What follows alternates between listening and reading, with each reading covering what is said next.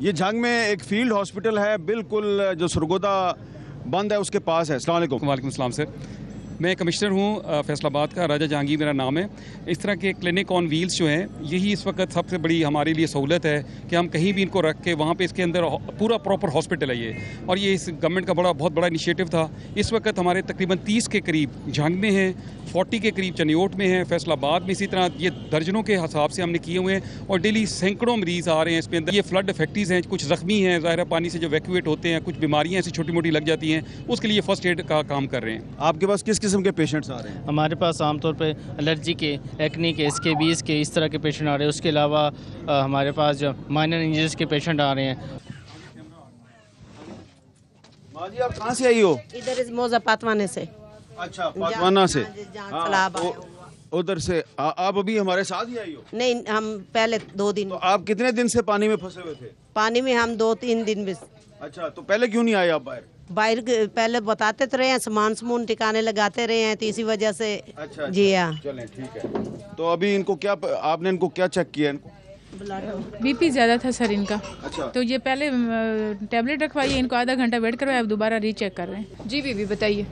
मेरे पुट्ठे बहुत छकींदे हैं, बाजुआं नूं दर्द होंदा, जिस टाइम टुरिंदा अखियों हनेरा हो जांदा, बंदा 2-3 दफा ढह भी चुका है। कहाँ से गिरी हैं? कुछ चोट तो नहीं लगी, जख्म तो नहीं है जिस्म पे? जख्म नहीं हुआ। बच्चे को क्या हुआ? बच्चे के बाजू पे रेड़ी चढ़ी है, जिस दिन सिलाब आया उस दिन निकलते वक्त। ठीक है, अभी आपने इसका पहले कोई एक्सरे वगैरह कुछ करवाया? बेटे कोई नहीं। शाबाश, कुछ नहीं हुआ, शाबाश।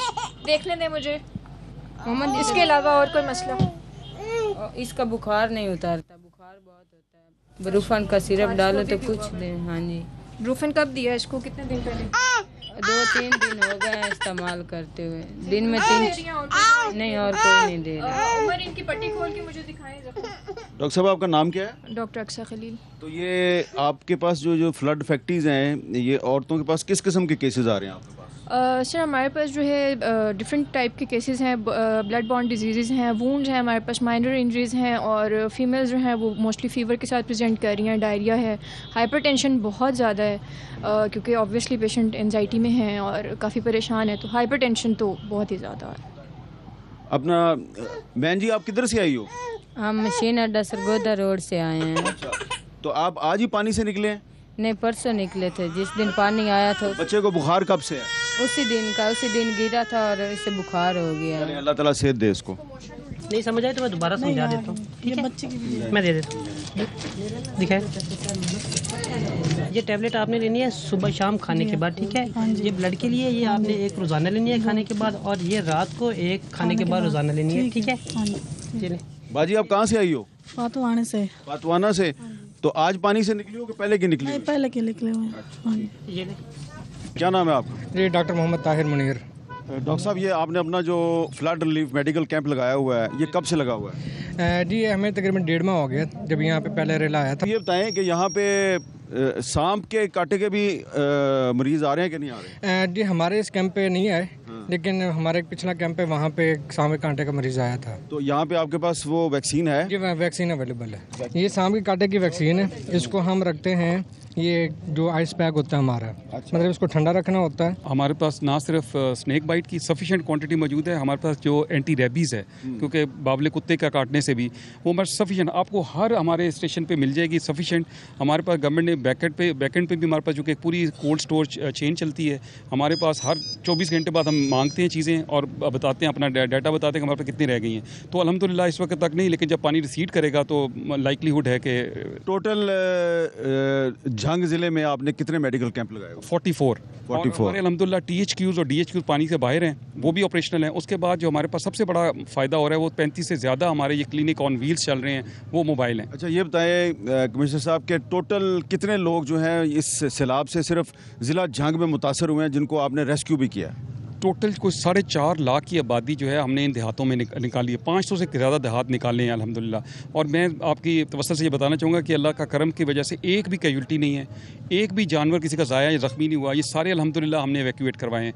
दूसरी बात जो आपने पूछा कि इसमें बेशुमार लोग बीमार हैं, कोई 20-25 हज़ार लोग तो हमारे इन पे विज़िट कर चुके हैं। वो उसमें कुछ ज़ख्मी थे, कुछ बीमार थे, और इसमें ज़ाहिर डायरिया है, उसमें मलेरिया है, मच्छर की भी पैदावार है, और ये लोग सीजनल बुखार भी है।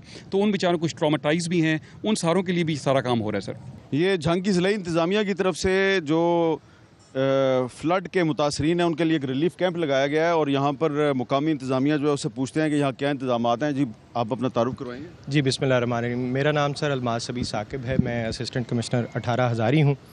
और ये 18 हज़ारी वो इलाका है जो पहले हमेशा डूब जाता था। जी हमेशा डूब जाता था। ये पहली दफ़ा है कि ये इस दफ़ा यहाँ पे वो वाला प्रेशर नहीं आया कि ये डूब सके।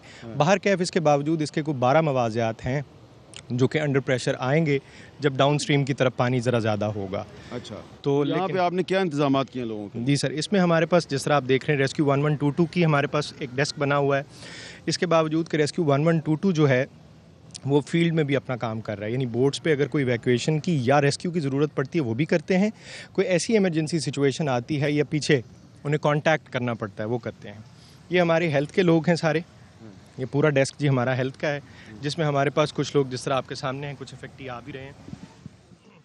चाचा अस्सलाम वालेकुम। वालेकुम सलाम। की मसला ਤੁਹਾਡਾ? मेरा दिल का मसला है। दिल का मसला है, आप चेक कर रहे हैं? हाँ जी। चलिए आप चेक करें इसको। जी हमारे पास इसमें हर तरह की हमने जो बेसिक मेडिकेशन होती है, स्पेशली इस दौरान जैसे हमें पता है कि गैस्ट्रो के पेशेंट्स आ जाते हैं या स्टमक के पेशेंट्स आ जाते हैं या फिर इसके अलावा कुछ स्नेक बाइट के पेशेंट्स आ जाते हैं, तो उसके लिए हमने सारी। स्नेक बाइट के पेशेंट आए हैं आपके पास? नहीं, अभी तक एक भी नहीं आया जी। अच्छा। अभी तक अल्हम्दुलिल्लाह ऐसी कोई सिचुएशन नहीं डेवलप हुई जिसमें कोई ऐसा कोई सीरियस पेशेंट हमारे पास आया। ये हमारा लाइफ स्टॉक का डेस्क है जी। लाइफ स्टॉक की हमारे पास फील्ड के अंदर जो हमारी मोबाइल हैं टीम्स वो भी मौजूद हैं, वो वैक्सीनेशन भी कर रही हैं जगह जगह पर जाके।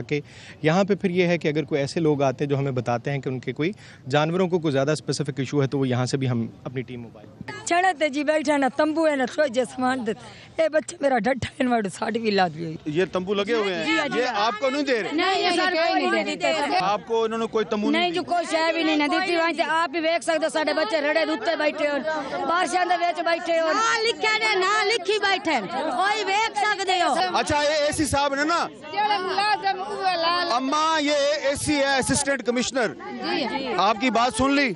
सर बताएं इनको। यहाँ पे राउंड अबाउट 100 to 150 लोगों को हम एडजस्ट कर सकते हैं।